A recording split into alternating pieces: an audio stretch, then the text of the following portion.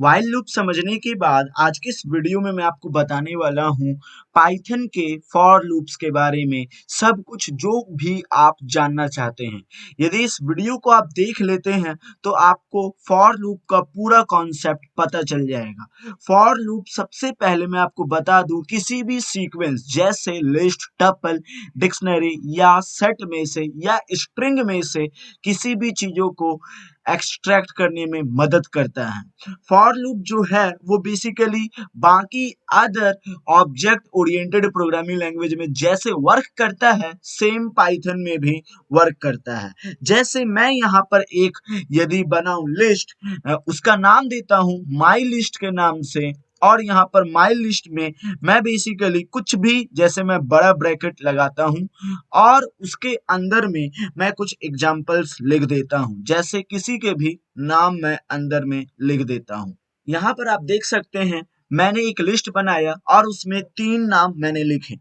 अब यहाँ पर यदि मैं लूप चलाऊं तो बेसिकली लूप कैसे वर्क करता है मैं आपको बताऊं। तो क्योंकि ये फॉर लूप है तो मैं यहाँ फॉर लिखूंगा, उसके बाद मैं यहाँ एक भी वेरिएबल क्रिएट कर सकता हूँ। आप कोई भी नाम से वेरिएबल क्रिएट कर सकते हैं, ये फॉर लूप का वेरिएबल कहलाएगा। अब यहाँ पर आपको जिस लिस्ट से आपको एक्सट्रैक्ट करना है, उस लूप चलाना है, उसका लिस्ट का नाम लिखना है। जैसे मैं यहाँ पर लिख दिया और उसके बाद आपको एक कॉलन लगाना है, उसके बाद आपको प्रिंट करना है अपने लूप को। तो जैसे ही आप प्रिंट करेंगे तो आपके लिस्ट में जितने भी चीजें हैं वो एक्सट्रैक्ट हो जाएंगे। एक बात यदि मैं आपको बताऊं, फॉर लूप जो रहता है उसमें आप वेरिएबल क्रिएट कर सकते हैं और उसको बेसिकली आप सीधा वेरिएबल क्रिएट कर सकते हैं, मैं ये कह रहा हूं। तो फॉर लूप जो है वो काफी आसान है यदि आप देखें तो। उसको सिंटेक्स यदि आप देखें, यदि आप उसका यूजेस देखें तो काफी ज्यादा आसान है ये फॉर लूप। अब जैसे मैं यदि इसको एक्सट्रैक्ट करूं तो आप देख सकते हैं लिस्ट में जितने भी नाम है उसे यहाँ पर आउटपुट में दिखाया गया है।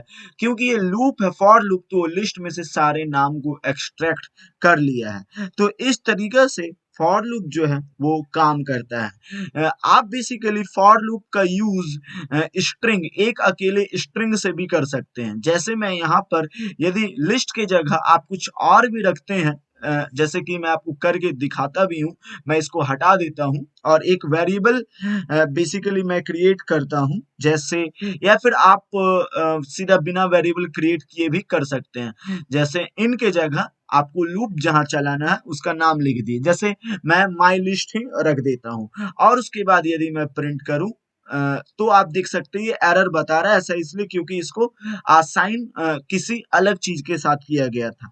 मैं यहाँ पर बेसिकली एक नाम रख देता हूं, जैसे इन्वर्टेड कॉमा में, और इन्वर्टेड कॉमा में जरूर रखना जरूरी है। जैसे मैं यहाँ पर अपना नाम रख देता हूं और फिर उसके बाद मैं इसका लूप चलाता हूं और यहाँ पर आपको मालूम है कि कॉलन लगाना बहुत ज्यादा जरूरी है।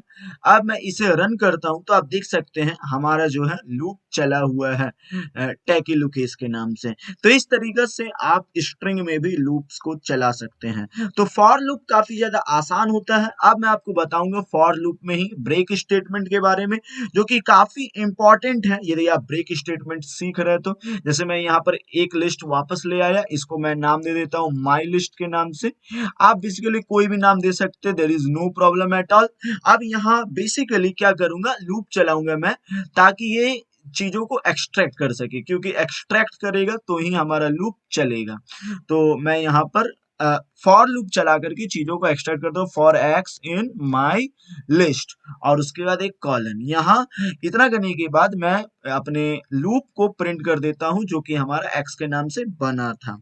यदि मैं यहाँ पर इफ स्टेटमेंट लगाऊं और उसके बाद मैं बताऊं कि ये हमारा जो लूप रहेगा उसमें आपको एक मतलब वैल्यू खोजना है जिसका नाम आप अपने लिस्ट में से दे सकते हैं। लेट सपोज मैं यहाँ पर सोहन दे देता हूं, क्योंकि स्ट्रिंग है तो मुझे डबल इन्वर्टेड कॉमा के अंदर रखना है, और मैं अपने लिस्ट में कोई भी एक नाम ले लेता हूं।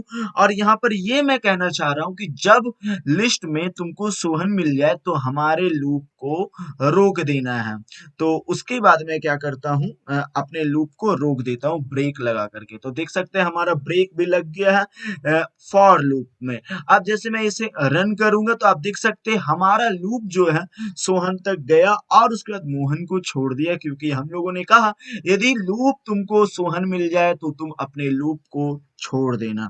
तो इस तरीके से हमारा लूप जो है वो वर्क करता है। यदि आप देखेंगे यहाँ पर तो प्रिंट जो है स्टेटमेंट वो पहले है हमारा कंडीशनल स्टेटमेंट इफ का।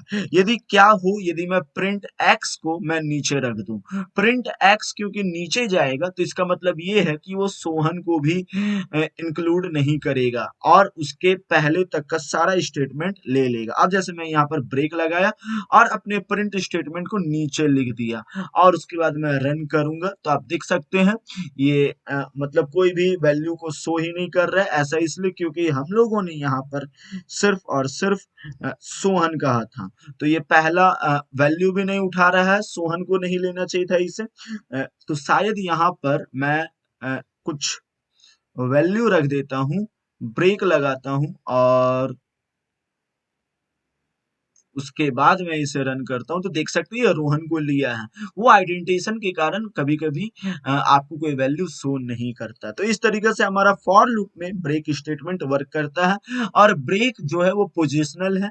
यदि आप उसको कहीं और रखते हैं तो वो उस लेटर को इंक्लूड करेगा, नहीं तो आप कहीं उसको ऊपर रखते हैं तो उस लेटर को इंक्लूड भी नहीं करेगा। तो इस तरीके से हमारा जो ब्रेक स्टेटमेंट है वो वर्क करता है। यदि मैं यहाँ पर कंटिन्यू लगाऊं तो बेसिकली ये किस तरीके से वर्क करेगा, जैसे मैं यहाँ पर कंटिन्यू लिखता हूं तो कंटिन्यू के कारण ये हमारा दो स्टेटमेंट को लेगा और जिसको हम लोगों ने कहा है उसको छोड़ के कंटिन्यू हो जाएगा। जैसे कि आप देख सकते हैं मैंने व्हाइल लूप में भी आपको बताया था कंटिन्यू में जो था वो उस चीज को छोड़ करके सभी लेटर्स को लेकर के कंटिन्यू रखता है अपने लूप को। तो वैसा सिमिलरली यहाँ भी वही हो रहा है। हम लोगों ने कंटिन्यू में लिखा है कि आपको एक्स को इंक्लूड नहीं करना, उसके बाद कंटिन्यू होना, तो हमारा लूप वैसे ही चल रहा है। तो इस तरीके से पाइथन में व्हाइल लूप वर्क करता है। अब लूप को समझ लेने के बाद मैं लूप में ही कुछ आपको इंपॉर्टेंट चीजें बताऊंगा, जैसे रेंज। यदि आपको रेंज ऑफ नंबर प्रिंट करवाना है तो कमाल की बात यह है कि आप व्हाइल लूप का यूज करके कर सकते हैं। लेट सपोज यदि आपको 100 तक नंबर प्रिंट करवाने तो क्या प्रिंट 1 प्रिंट 2 इस तरीके से करेंगे, नहीं ना। तो यहाँ पर आप व्हाइल का यूज करके आप बड़े आसानी से व्हाइल लूप का फॉर लूप का यूज करके बड़े आसानी से आप जितना चाहे उतना दूर तक नंबर प्रिंट करवा सकते हैं, वो भी सिर्फ एक लाइन कोडिंग से। आपको मालूम है पाइथन ऐसे ही काफी शॉर्ट रेंज ऑफ कोडिंग करता है। जैसे मैं यहाँ पर रेंज दे देता हूँ लेट सपोज 100 तक।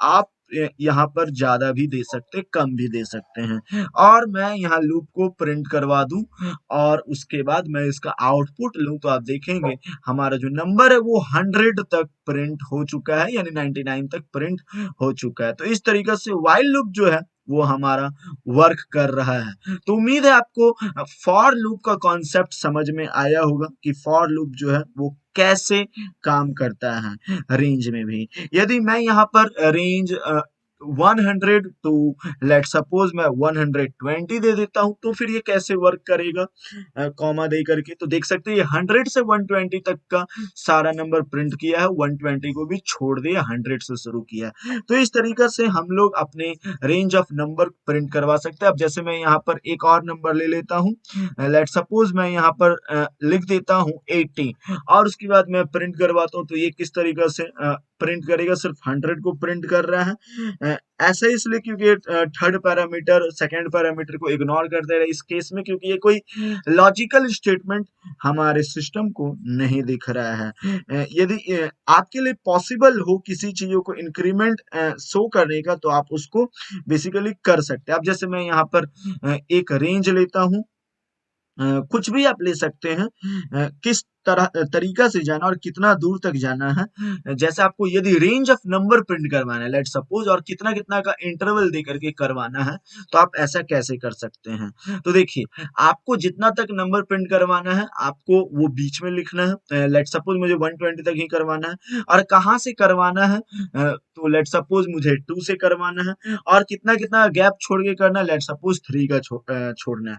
उसके बाद में यदि अपने लूप को चलाऊं तो आप देख सकते हैं ये 119 तक गया है, और तीन तीन का गैप करके 120 यानी 119 तक गया है। तो आप देख सकते हैं फॉर लूप जो है वो इस तरीका से भी वर्क करता है। यदि आपको गैप छोड़ छोड़ के किसी एक पर्टिकुलर नंबर तक अपने लूप को ले जाना, तो आप ऐसा भी कर सकते हैं। अब मैं आपको बताऊंगा कि आप अपने लूप में एल्स स्टेटमेंट का कैसे यूज कर सकते हैं। एल्स स्टेटमेंट आपके लूप को काफी ज्यादा अच्छा बना देता है। जैसे किस तरीका से अच्छा बनाएगा, आइए देखते हैं। यदि मैं यहाँ पर रेंज दे देता हूँ 100 और प्रिंट करवाता हूँ, और यदि मैं यहाँ पर एक एल्स स्टेटमेंट जोड़ देता हूँ, एल्स स्टेटमेंट ELSE, और उसके बाद मैं यहाँ पर प्रिंट कर देता हूँ। जैसे जैसे यदि आपको 100 तक खत्म हो गया, यानी लूप हमारा चलते गए 100 तक खत्म, तो आपको बेसिकली यहाँ पर लिख देना लास्ट नंबर। लास्ट नंबर, या फिर लास्ट नंबर अच्छा नहीं लगेगा, मैं यहाँ पर लिख देता हूँ फिनिश्ड, यानी कि हमारा जो लूप है वो फिनिश हो गया। उसके बाद देखिए लूप चले ये 100 तक, उसके बाद प्रिंट कर दीजिए फिनिश्ड। ये प्रोग्राम का या फिर कहें एल्स का इस फॉर लूप में इतना ही काम होता है। तो देख सकते हैं 99 तक गया और फिनिश हो गया। यदि आपको 100 तक चलाना है, ये एक को छोड़ दे रहा है। यदि आपको 100 तक चलाना है तो आप सिंपली 101 तक ले जाइए, क्योंकि ये एक को छोड़ता ही है। तो आप देख सकते हैं 100 तक गया फिर फिनिश कह रहा है। तो इस तरीका से हमारा फॉर लूप वर्क करता है एल्स के साथ। अब मैं आपको बताऊं कि किस तरीका से आप एल्स के साथ ब्रेक स्टेटमेंट का भी यूज कर सकते हैं। जैसे यहाँ हम लोगों ने प्रिंट तो सीखा ही, अब मैं यहाँ पर एक कंडीशन दे देता हूँ। लेट सपोज मैं क्या कंडीशन दूं कि यदि हमारा जो x का वैल्यू है वो इक्वल हो जाए, मैं कह दूं 50 के, तो आपको क्या करना है, बेसिकली ब्रेक लगा देना है। तो यहाँ आप लिख दीजिए ब्रेक, 50 के बाद आपको ब्रेक लगा देना है, और 50 के बाद आप फिनिश कर दीजिएगा। तो आप देख सकते हैं ये 49 तक गया है। मैं आपको पहले ही बताइए एक छोड़ देता है लास्ट में, और उसके बाद हमारे प्रोग्राम में ब्रेक लग गया। ये कुछ बेसिकली 51 यदि आप यहाँ लिखेंगे तो वैसा ही वर्क करता है, लेकिन इस तरीके से भी ब्रेक स्टेटमेंट वर्क करता है। अब मैं यहाँ आपको कुछ नेस्टेड लूप्स के बारे में बताऊंगा। नेस्टेड लूप मतलब होता है लूप के अंदर लूप। पाइथन नेस्टेड लूप दिखाता है, यानी यदि आप एक पर्टिकुलर लूप बनाए तो उसके एक अंदर भी लूप चलता है। जो अंदर वाला लूप रहेगा, लूप के अंदर लूप, लेट्स से उसको इनर लूप कहिए आप, वो सिर्फ एक बार ही चलेगा। जैसे मैं आपको एक एग्जांपल ले करके बताता हूँ। लेट सपोज मैं यहाँ पर इसको हटाता हूँ, वापस से अपना लिस्ट बनाता हूँ।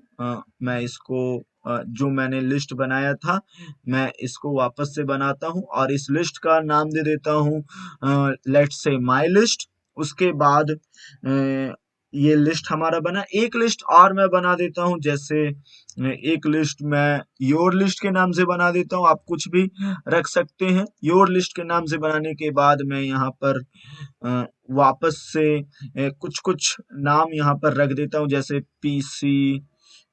फिर उसके बाद मैं रख देता हूँ लेट्स से मोबाइल। उसके बाद मैं रख देता हूँ लेट्स से लैपटॉप। लैपटॉप, तो देख सकते हैं ये हमारा दो लिस्ट क्रिएट हुआ है। अब यहाँ पर लूप के अंदर लूप चलेगा। जैसे मैं यहाँ पर दो लूप क्रिएट करने वाला हूँ अभी। पहला लूप हम लोग चलाएंगे एक्स के नाम से।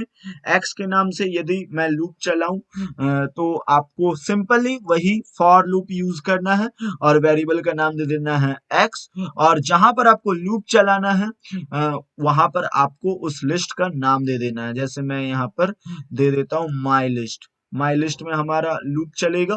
पहला काम ये होगा। उसके बाद ये लूप चलेगा हमारा वाई में भी। लेट्स से मैं इसको कुछ और नाम दूंगा, जाहिर बात है, क्योंकि एक ही नाम से दो दो लूप बहुत गलत बात। और यहाँ पर आपको एक टर्मिनेटर लगाना पड़ता है, जिसको यहाँ कॉलन कहा जा रहा है, और इसमें लगाना काफी ज्यादा जरूरी है, अदरवाइज नहीं वर्क करेगा। और दोनों को प्रिंट करवाना है, तो मैं यहाँ एक्स कॉमा वाई ले लेता हूँ। तो इस तरीके से हमारा जो लूप का प्रोग्राम है, लूप इनसाइड लूप, वो तैयार हो गया है। अब जैसे मैं यहाँ पर इसको रन करता हूँ, देख लीजिए ये हमारा दो दो लूप चल रहा है एक साथ, दो दो लूप एक साथ चल रहा है। तो देख सकते हैं एक्स कॉमा वाई है, तो इसलिए ये साथ साथ चल रहा है। यदि आप इसी को प्रिंट एक्स और अगेन मैं यहाँ पर प्रिंट वाई रखता हूँ, तो फिर ये कैसे वर्क करेगा, आइए वो भी देख लीजिए। देखिए वो पहले एक लूप खत्म किया, दूसरा लूप चालू किया, एक खत्म दूसरा चालू, इस तरीके से ये वर्क कर रहा है। तो इस तरीके से लूप इनसाइड लूप चल सकता है, कोई भी प्रॉब्लम वाली बात नहीं है। अब ये लूप में ही मैं आपको एक बहुत इंपॉर्टेंट चीज बताने वाला हूं, जिसको हम लोग पास स्टेटमेंट कहते हैं। बेसिकली पास स्टेटमेंट व्हाइल लूप या फिर व्हाइल लूप में भी शायद ये वर्क करता है, और तो और ये फॉर लूप में सबसे इंपॉर्टेंट कॉन्सेप्ट होता है।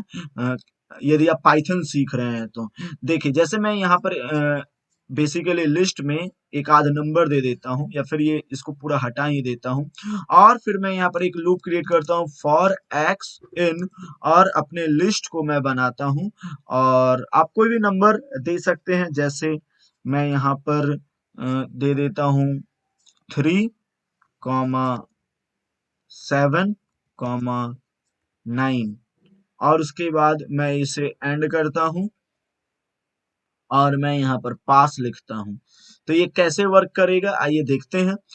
जैसे ही मैं इसे प्रोग्राम को चलाता हूं, तो देख सकते हैं ये जो है, ये कोई भी शो नहीं कर रहा है, कोई भी प्रोग्राम को शो नहीं कर रहा है। ये एम्प्टी लूप इसको कहते हैं। ये एम्प्टी लूप जो रहता है, वो एक एरर शो कर देता है बिना पास स्टेटमेंट का। जैसे यदि मैं पास हटा दूं और फिर मैं इसको रन करूं, तो देख सकते हैं ये एरर शो कर रहा है। यदि आपको विदाउट एरर ये लूप को चलाना है, बहुत बार एम्प्टी लूप का यूज करना पड़ता है, तो आपको पाइथन में पास स्टेटमेंट का यूज करना पड़ता है। तो पास स्टेटमेंट एम्प्टी लूप चलाने का एक तरीका है। तो इसी के साथ हमारा आज की इस वीडियो में पाइथन में फॉर लूप का कॉन्सेप्ट पूरा क्लियर हो गया। तो आज के लिए बस इतना ही। यदि आपको ये वीडियो अच्छा लगा है तो मेक श्योर आप हमारे चैनल को सब्सक्राइब कीजिए, एंड इसी तरीके की कंटेंट देखते रहने के लिए प्लीज हमारे चैनल को सब्सक्राइब कीजिए। मैंने पाइथन से जुड़ा बहुत सारे और भी वीडियोस बनाया है, आप उन सारे वीडियोस को देखिए। यदि आपको समझ में नहीं आता तो कमेंट कीजिए, उस सारे डाउट्स को क्लियर किया जाएगा, एंड शेयर कीजिए ऐसे कंटेंट को, ताकि नॉलेज हर जगह जल्दी से जल्दी स्प्रेड हो सके। Till then, thanks for watching this video.